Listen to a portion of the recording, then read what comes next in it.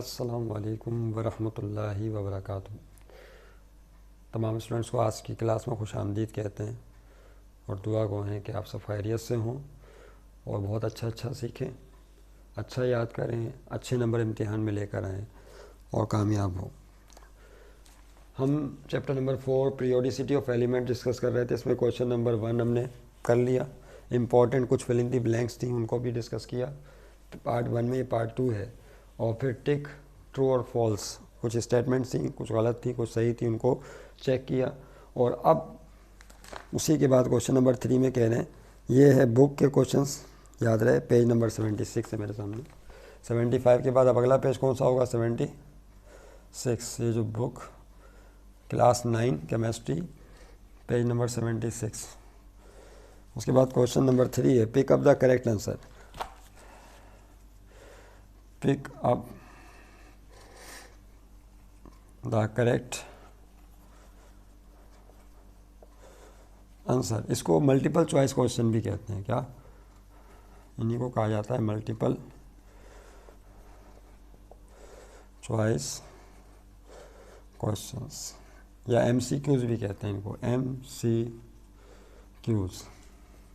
यानी इसमें होता ही है कि स्टेटमेंट गिवन होती है, उसके अंदर नीचे 4 ऑप्शन होते हैं, उनमें से एक सही होता है। जिस तरह इम्तिहान में पूछने का तरीका है कि MCQ जो आएंगे उसमें 4 ऑप्शन सही होंगे, एक सही होगा, 3 गलत होंगे। आपको देखना होगा कौन सा सही है, उसे लिखना होगा। तो पहला इसके अंदर क्वेश्चन नंबर 3 में मैं आपके सामने पढ़ रहा हूँ। आप पेज नंबर 76 निकाल लें, आपके पास बुक होनी चाहिए, क्लास 9 केमिस्ट्री, सिंध बोर्ड है ये। कह रहे हैं Mendeleev's periodic table content dash periods. Mendeleev's की जो पीरियोडिक टेबल है उसमें इतने पीरियड होते हैं, 7 होते हैं, 8 होते हैं, 12 होते हैं या 10 होते हैं। 4 हैं ऑप्शन, उनमें से एक सही है।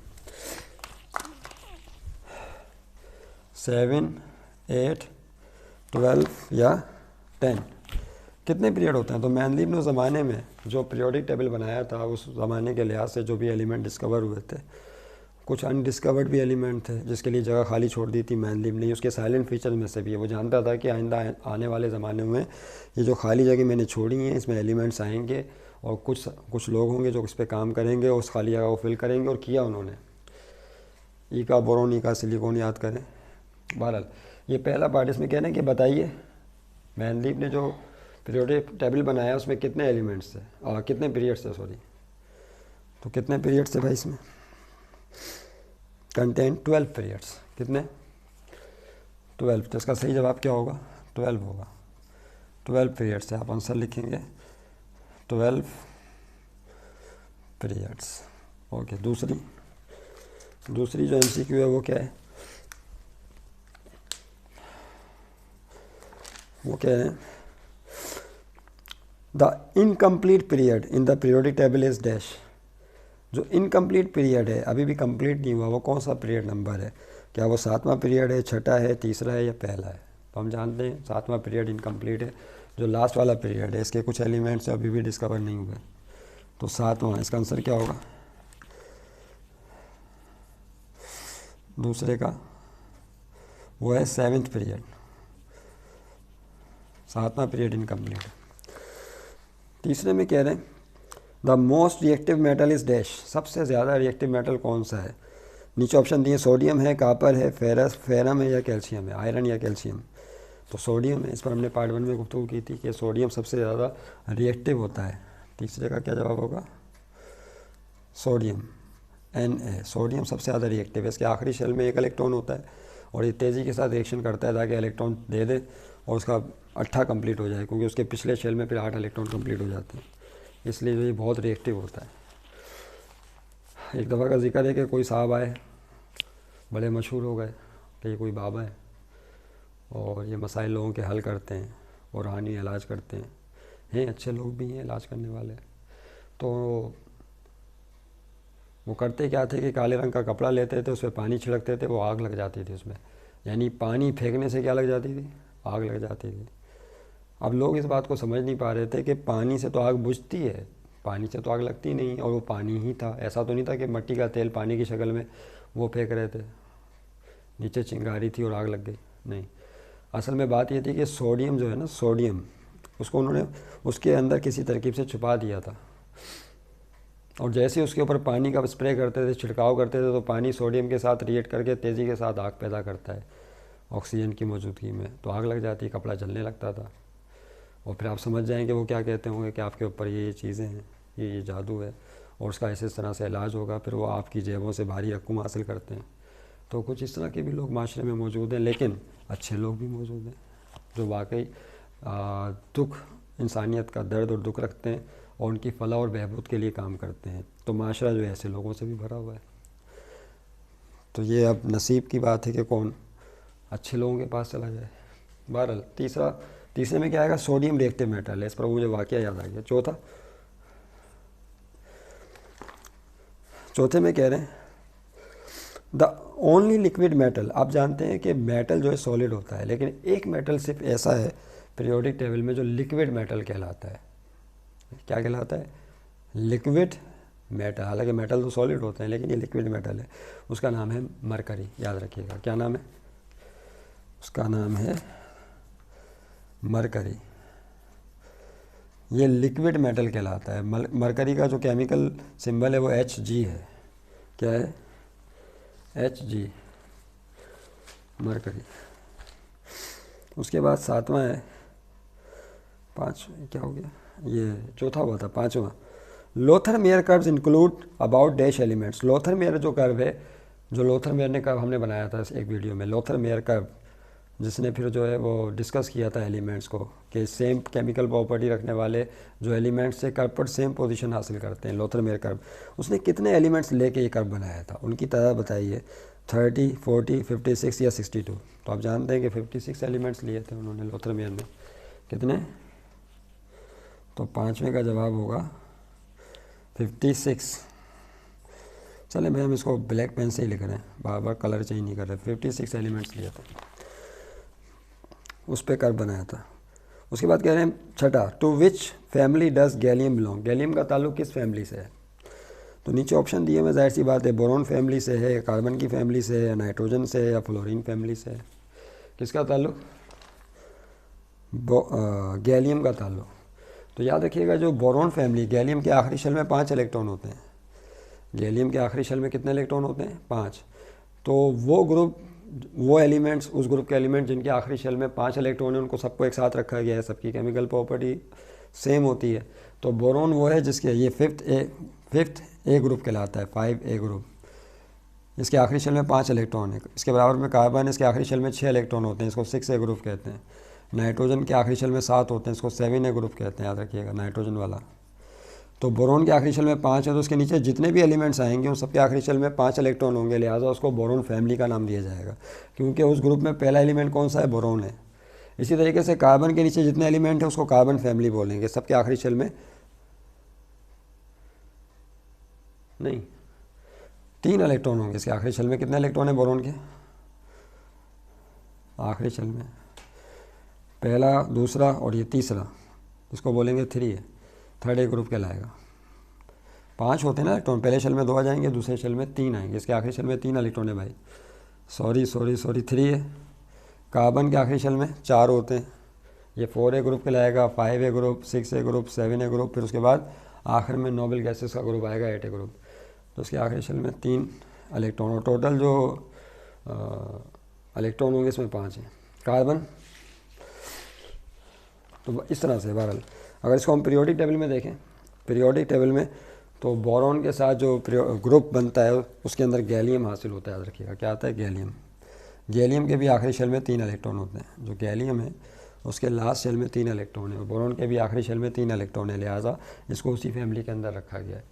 हाँ, इस पॉइंट को ज़रा नोट कर लीजिएगा। तो उसके बराबर में कार्बन है, इसको 4A ग्रुप इसलिए कहते हैं कि इसके लास्ट शेल में 4 इलेक्ट्रॉन होते हैं। तो इसमें जितने भी एलिमेंट आएंगे सबके आखिरी शेल में 4 इलेक्ट्रॉन होंगे, तो इसको फिर हम बोलेंगे कार्बन फैमिली। उसके बराबर में नाइट्रोजन फैमिली, इसके आखिरी शेल में 5 इलेक्ट्रॉन होते हैं, तो इसके नीचे जितने एलिमेंट आएंगे सबके आखिरी शेल में 5 इलेक्ट्रॉन होंगे, तो उसको 5th ग्रुप भी बोलते हैं। खैर कहीं और चले जाएंगे, फिर टाइम नहीं बचेगा। लास्ट इसका जवाब लिख लें। तो गैलियम का ताल्लुक किससे है भाई? गैलियम का ताल्लुक बोरॉन फैमिली से। किससे? बोरॉन।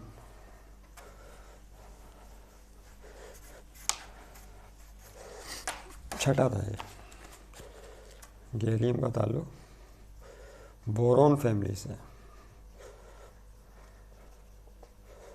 ठीक है भाई। उसके बाद है 7वां, the element 7A group are known as dash. 7A group के एलिमेंट्स क्या कहलाते हैं? नीचे ऑप्शन दिए हुए हैं, हेलोजेंस, लैंथानाइड्स या एक्टिनाइड्स। तो आप जानते हैं कि 7A ग्रुप के एलिमेंट्स हेलोजेंस कहलाते हैं। ये फ्लोरीन वाला ग्रुप जो होता है, इसके आखिरी शेल में कितने इलेक्ट्रॉन होते हैं? 7A ग्रुप है ये। इन सब के आखिरी शेल में 7 इलेक्ट्रॉन होते हैं, तो इनको हेलोजन ग्रुप का नाम दिया गया। तो इसमें क्या आएगा? हेलोजेंस। तो हेलोजेंस में फ्लोरीन, क्लोरीन, ब्रोमीन, आयोडीन और अस्टाटीन शामिल होते हैं, याद रखिएगा। ओके, तो ये उसके बाद ये तो हो गई MCQs कंप्लीट, 7 थी, 7 मुकम्मल हो गई। और फिर कुछ क्वेश्चन आंसर्स यहाँ पे दिए हुए थे, मैं चाह रहा था कि आपसे कुछ क्वेश्चन आंसर भी शेयर करूँ। तो define the following, the Dobereiner's rule of triad को हम डिस्कस कर चुके हैं। पीरियोडिसिटी किसे कहते हैं ये भी डिस्कस कर चुके हैं। इसमें एक क्वेश्चन नंबर 4 का एक सेकंड पार्ट है, बड़ा ज़बरदस्त बनाया है इन्होंने। क्वेश्चन नंबर 4 का सेकंड पार्ट, यस। अब वो क्वेश्चन तो हम यहाँ नहीं लिख रहे, क्वेश्चन पढ़ देते हैं। कह रहे हैं एक एलिमेंट है, एन एलिमेंट कंटेंस 2 शेल्स, जिसमें 2 शेल्स हैं यानी 2 ऑर्बिट हैं। Only and its outer shell contains 5 electron. इसके आखिरी शेल में 5 इलेक्ट्रॉन है। मेरा ख्याल आप समझ गए होंगे, 2 ऑर्बिट है, आखिरी शेल में 5। तो कौन सा है वो, कौन सा ग्रुप है जिसके आखिरी शेल में 5 इलेक्ट्रॉन होते हैं? That is nitrogen group. इसके आखिरी शेल में, इन सब के आखिरी शेल में 5 इलेक्ट्रॉन होते हैं, क्योंकि ये 5th ग्रुप कहलाता है। Okay, then to which group the element belongs in the periodic table. तो बताइए किस ग्रुप में होगा, पहले तो ये बताएं। तो ज़ाहिर है 5वें शेल में है, तो कौन से ग्रुप में होगा? 5वें ग्रुप में होगा। तो जवाब आ गया कि ये एलिमेंट 5वें ग्रुप में होगा। नेम द एलिमेंट, बताइए उसका नाम क्या है? तो उसका नाम क्या है? नाइट्रोजन है, 5वें ग्रुप में है, नाइट्रोजन नाम है। और किस पीरियड से इसका ताल्लुक? अब यहाँ पे भी एक सवाल पैदा हो गया, 5वें ग्रुप में नाइट्रोजन के नीचे जितने भी एलिमेंट है सब किस ग्रुप में है? 5वें ग्रुप में ही है। तो नाइट्रोजन होगा, इसके नीचे फास्फोरस आता है, फास्फोरस होगा, या कौन सा होगा? सबके आखिरी शेल में 5-5 इलेक्ट्रॉन आते हैं। तो उन्होंने लिखा हुआ है कि उसके 2 ऑर्बिट हैं। 2 ऑर्बिट का मतलब है शेल कितने? 2। तो अब यहाँ पर देखें, ये हाइड्रोजन पहला पीरियड और n = 2। क्योंकि उसके शेल में 2 ऑर्बिट हैं। पहला ऑर्बिट n = 1, दूसरा ऑर्बिट n = 2। तो जो दूसरे ऑर्बिट के एलिमेंट्स हैं वो दूसरे पीरियड में आएंगे। नहीं समझे बात को? किस पीरियड में आएंगे? वो दूसरे पीरियड में आएंगे, याद रखिएगा। हाइड्रोजन तो खैर ऊपर होता है, दूसरे पीरियड में lithium, beryllium, boron, carbon, nitrogen. इसका मतलब है कि दूसरे ग्रुप में कौन आ रहा है? नाइट्रोजन आ रहा है। इसके पास 2 ही ऑर्बिट होते हैं, पहला और दूसरा। इसका एटॉमिक नंबर 7 है। नाइट्रोजन का एटॉमिक नंबर क्या है? 7। तो इसके पहले शेल में 2 इलेक्ट्रॉन और दूसरे शेल में 5 इलेक्ट्रॉन आते हैं। इसका मतलब है कि वो नाइट्रोजन है जो दूसरे पीरियड में होता है, और उसके पास 5 आउटर मोस्ट शेल में इलेक्ट्रॉन होते हैं। टोटल इलेक्ट्रॉन 7 है। तो प्रिडिक्ट हो गया कि दूसरा पीरियड होगा। ठीक है, इस तरह से भी जवाब तो नहीं, तो उसका नाम याद रखिएगा कि क्या होगा। Which pair of element is chemically similar.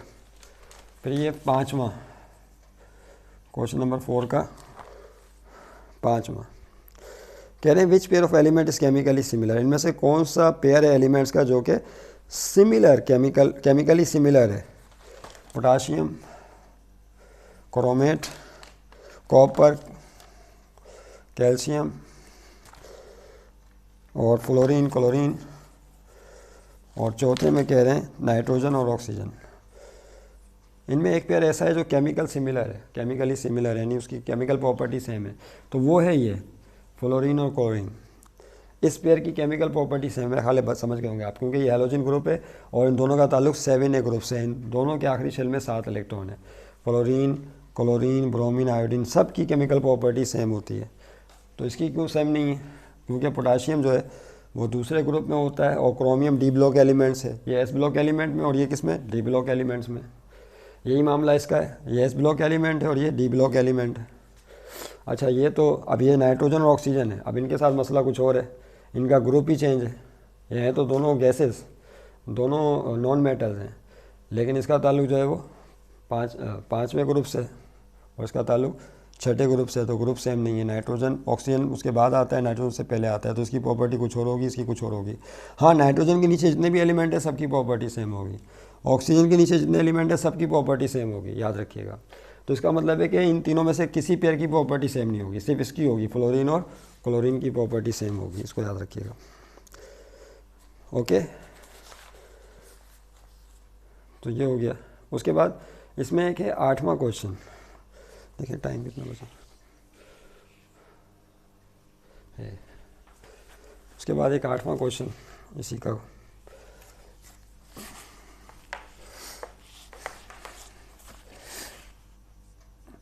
Question number 4 का 8वां पार्ट।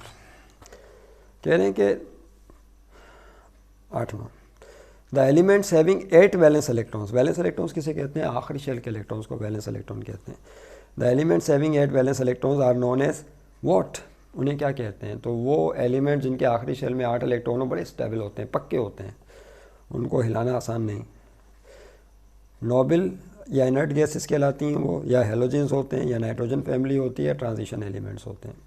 तो याद रखिएगा कि जो नाइट्रोजन है उनके तो आखिरी शेल में 5 इलेक्ट्रॉन है, हेलोजेंस के आखिरी शेल में 7 इलेक्ट्रॉन है, ट्रांजिशन एलिमेंट्स के आखिरी शेल में इलेक्ट्रॉनों की तादाद बदलती रहती है।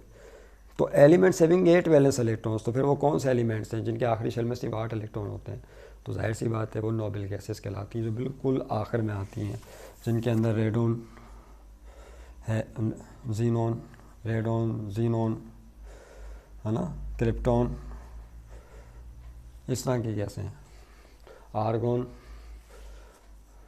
जीनोन, तरतीब आप देख लीजिएगा क्या है, रेडोन, जीनोन, क्रिप्टॉन, आर्गोन, इस टाइप की गैसें जो है उसके अंदर शामिल होती हैं एलिमेंट्स में। हेलियम भी इसमें शामिल है, लेकिन हेलियम के आखिरी शेल में 2 इलेक्ट्रॉन होते हैं, डुप्लेट कंप्लीट होता है, ऑक्टेट कंप्लीट नहीं हो सकता क्योंकि उसके पास है ही 2 इलेक्ट्रॉन, तो डुप्लेट जिसका कंप्लीट है वही पक्का है, ये बात ध्यान में रखिएगा। तो इन सब के आखिर लास्ट शेल में 8 इलेक्ट्रॉन है, तो ये नोबल गैसेस भी कहलाती हैं, इनको इनर्ट गैसेस भी कहते हैं। क्या कहते हैं इन्हें, इनर्ट, और दूसरा नाम क्या है, इनको नोबल गैसेस भी कहा जाता है।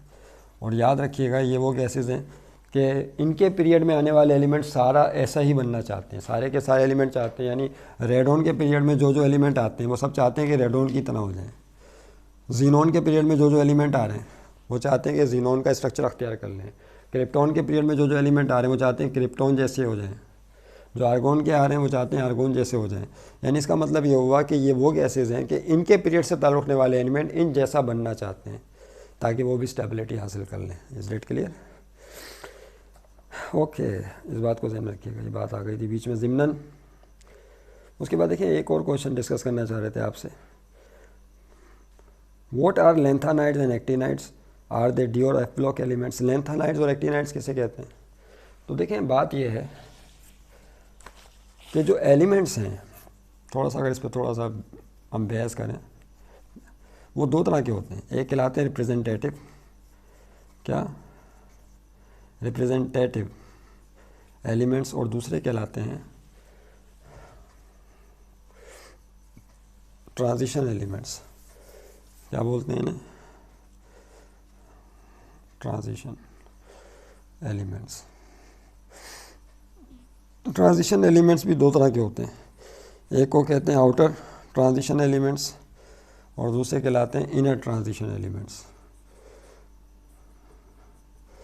आउटर ट्रांजिशन एलिमेंट, टी लिख लें, आउटर ट्रांजिशन एलिमेंट्स, और दूसरे कौन से होते हैं? इनर। अभी जो आउटर ट्रांजिशन एलिमेंट्स हैं ये वो एलिमेंट्स होते हैं कि जिनके डी एलिमेंट्स, डी ब्लॉक जो ऑर्बिटल्स हैं वो फिल होते हैं, 3D और 4D, 3D और 4D ऑर्बिटल्स फिल होते हैं, इसमें F ऑर्बिटल नहीं आता। 3D और 4D ऑर्बिटल्स फिल हो रहे होते हैं आउटर ट्रांजिशन एलिमेंट्स में। और जो इनर ट्रांजिशन एलिमेंट्स हैं इनमें क्या होता है? इनमें F block element, F orbitals वो फिल हो रहे होते हैं। अब ये F ब्लॉक क्या होता है, S ब्लॉक क्या होता है, P ब्लॉक क्या होता है, D ब्लॉक क्या होता है? तो याद रखिएगा जितने भी ऑर्बिट्स हैं, K shell, L shell, M shell, n is equal to first orbit, second orbit, third orbit, इनको फिर मज़ीद सब ऑर्बिटल्स में डिवाइड किया गया है। जिस तरह फर्स्ट ऑर्बिट है उसको एक ऑर्बिटल S में डिवाइड किया गया है, सेकंड ऑर्बिट या सेकंड शेल है उसको S और P 2 ऑर्बिटल्स में डिवाइड किया गया है, तीसरे ऑर्बिट को S, P और D में डिवाइड किया गया है, चौथे ऑर्बिट को S, P, D और F में डिवाइड किया गया है। इस तरह से डिवीज़न इनकी सब ऑर्बिटल्स की गई है। फिर में इलेक्ट्रॉन पेयर की सूरत में किस किस तरह से होते हैं इनको डिस्कस किया गया है। S ऑर्बिटल में 2, p ऑर्बिटल में 6, d ऑर्बिटल में 10 इलेक्ट्रॉनों की गुंजाइश होती है और f ऑर्बिटल में ज़्यादा से ज़्यादा 14 इलेक्ट्रॉन्स आ सकते हैं। अब मसला ये कि जो रिप्रेजेंटेटिव एलिमेंट्स होते हैं इनके अलावा इनकी जो वैलेंसी होती है फिक्स्ड होती है। मिसाल के तौर पर हम एक मिसाल ले लेते हैं, ऑक्सीजन का एटॉमिक नंबर है 8, इसके पास 8 इलेक्ट्रॉन होते हैं। पहले शेल में 2 इलेक्ट्रॉन आते हैं, दूसरे शेल में 6, और ये चाहता है कि इसके आखिरी शेल में 8 इलेक्ट्रॉन हो जाए, 8 कंप्लीट हो जाए ताकि नोबेल गैस जैसा ही हो जाए। उन सबके आखिरी शेल में 8 इलेक्ट्रॉन है, तो इसको 2 इलेक्ट्रॉन चाहिए होते हैं। तो जितने इलेक्ट्रॉन इसको चाहिए होते हैं वो इसकी वैलेंसी कहलाती है। फिक्स वैलेंसी है इसकी, कितनी है? 2 इलेक्ट्रॉन इसको मिलेंगे, इसका ऑक्टेट कंप्लीट हो जाएगा और इसकी वैलेंसी फिक्स है। इस तरह कार्बन हो गया, बोरोन हो गया, ये जितने भी बी ब्लॉक एलिमेंट्स हैं इन लोगों की वैलेंसी फिक्स होती है। एस ब्लॉक एलिमेंट्स हैं, इनकी वैलेंसी भी क्या होती है? फिक्स होती है। लेकिन मसला ये है कि ये जो हैं ट्रांजिशन एलिमेंट्स, इनकी वैलेंसी फिक्स नहीं होती। ये 2 इलेक्ट्रॉन भी लेते हैं, 5 भी लेते हैं, 10 भी लेते हैं, 2 भी लेते हैं, मुख्तलिफ पेयर्स में भी इलेक्ट्रॉन्स ले रहे होते हैं। इस डेट क्लियर? क्योंकि इनके अंदर बहुत ज़्यादा इलेक्ट्रॉन रखने की गुंजाइश होती है, तो मुख्तलिफ तादाद में इलेक्ट्रॉन्स ले रहे होते हैं। यही वजह है कि इनकी जो वैलेंसी ऑक्सीडेशन स्टेट होती है वो वेरिएबल होती है, याद रखिएगा। ओके, तो अब कहीं से कहीं और चले गए। तो रिप्रेजेंटेटिव एलिमेंट्स होते हैं ट्रांजिशन एलिमेंट्स। ट्रांजिशन एलिमेंट्स को फिर दोस्तों में डिवाइड किया गया, आउटर में और इनर में। अब ये जो इनर ट्रांजिशन एलिमेंट्स है, ब्लॉक एलिमेंट्स, इनको कहते हैं लेंथानाइड्स और एक्टिनाइड्स। क्या कहा जाता है? लेंथानाइड्स और एक्टिनाइड्स इनको कहा जाता है। तो क्या था भी सवाल? What are lanthanide and actinides? Are they D और F ब्लॉक एलिमेंट्स? तो अब पता चल गया कि ये F ब्लॉक एलिमेंट्स होते हैं, lanthanide और actinides। ठीक है, इस पॉइंट को ध्यान में रखिएगा। अब जो lanthanide हैं, क्या ये तो पता चल गया हमें। तो lanthanide एलिमेंट्स हैं वो F ब्लॉक एलिमेंट्स हैं। वो जो है सेरियम से शुरू होते हैं, CE से, जिसका एटॉमिक नंबर होता है 58। कितना? 58। और कहाँ तक जाते हैं? लुटेटियम तक जाते हैं। तो LU, ये भी एक एलिमेंट है लुटेटियम, और इसका जो एटॉमिक नंबर है 71 होता है। और जो एक्टिनाइड्स हैं, जिनको हम एक्टिनाइड्स कहते हैं, एक्टिनाइड्स वो थोरियम से स्टार्ट होते हैं। थोरियम, TH उसका केमिकल सिंबल है, और इसका एटॉमिक नंबर होता है 90। और ये कहाँ तक जाते हैं? लवारेंशियम तक जाते हैं, LW, और इसका एटॉमिक नंबर होता है 103। इसको भी याद रखिएगा कि ये तय हो गया कि जो इनर ट्रांजिशन एलिमेंट्स हैं F ब्लॉक एलिमेंट्स कहलाते हैं, जिनको लेंथानाइड्स या एक्टिनाइड्स कहते हैं। लेंथानाइड्स सेरियम से लेकर लुटेटियम तक है, और जो एक्टिनाइड्स हैं वो थोरियम से लेकर लवारेंशियम तक होते हैं। इनको इनर ट्रांजिशन एलिमेंट्स कहते हैं। F ब्लॉक इलेक्ट्रॉन में फिल हो रहे, F ऑर्बिटल में इलेक्ट्रॉन फिल हो रहे होते हैं। और जो D ब्लॉक एलिमेंट्स हैं वो आउटर ट्रांजिशन एलिमेंट्स कहलाते हैं, और इन सबको ट्रांजिशन एलिमेंट्स कहा जाता है। इनकी वैलेंसी डिफरेंट होती है, बदलती है, लेकिन रिप्रेजेंटेटिव एलिमेंट जो होते हैं इनकी वैलेंसी बदलती नहीं है, याद रखिएगा।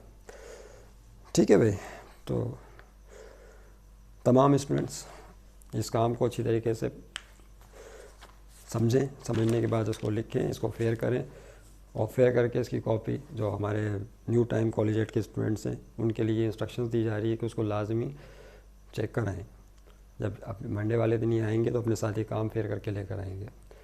और बाकी जो दुनिया भर में लोग हैं, अगर कोई इस वीडियो को देख रहा है और समझने की कोशिश कर रहा है, तो जाहिर है उनके लिए तो हमारी सजेशन है। उन्हें तो हम इंस्ट्रक्शन नहीं दे सकते, क्या दे सकते हैं? सजेशन दे सकते हैं कि वो इस तरह से रिटर्न वर्क भी किया करें, क्योंकि listen, read, right and learn, ये हैं टूल्स किसी चीज़ को इस एब्जॉर्ब करने के। पढ़ते हैं आप, फिर देखते हैं, सबसे पहले क्या करते हैं? ऑब्ज़र्व कर रहे होते हैं, देख रहे होते हैं, पढ़ रहे होते हैं, फिर उसको लिख रहे होते हैं, फिर उसको याद कर रहे होते हैं, सुन भी रहे होते हैं। इन तमाम स्किल्स को, यानी कानों की स्किल्स को इस्तेमाल करते हैं, आइज़ की स्किल को इस्तेमाल करते हैं, फिर जो हैंड पावर है, लिखने की ताकत है, राइटिंग पावर, उस स्किल को इस्तेमाल करते हैं, और इस्तेमाल करने के बाद स्ट्रॉन्ग हो जाते हैं। फिर इन तमाम स्किल्स को किस तरह आपने ब्रेन को यूज़ करना है, यूज़ करते वक्त। इस डेट क्लियर? अब कान का काम सुनना होता है, तो आपका वो सिग्नल ब्रेन को जा रहे होते हैं। कान, आँखों का काम देखना होता है, तो सिग्नल ब्रेन को जा रहे होते हैं। इस डेट क्लियर? तो उन तमाम चीज़ों को अच्छी तरीके से एब्जॉर्ब करने की कोशिश करें। सारी चीज़ें सुनने, देखने, लिखने के बाद फिर आप दिमाग में जमा होने लगती हैं, दिमाग के खानों में जाके, तो उसको रिफ़्रेश किया करें, अपनी जो मेमोरी है उसको बार बार। इस तरह से फिर आप स्ट्रॉन्ग होते चले जाएंगे। Thank you very much. अल्लाह ताला आप सब पर अपनी नज़र करम रखे, आप सबको रहमत के साए में रखे और नज़र बस से बचाए। Thank you very much. खुदा हाफिज़।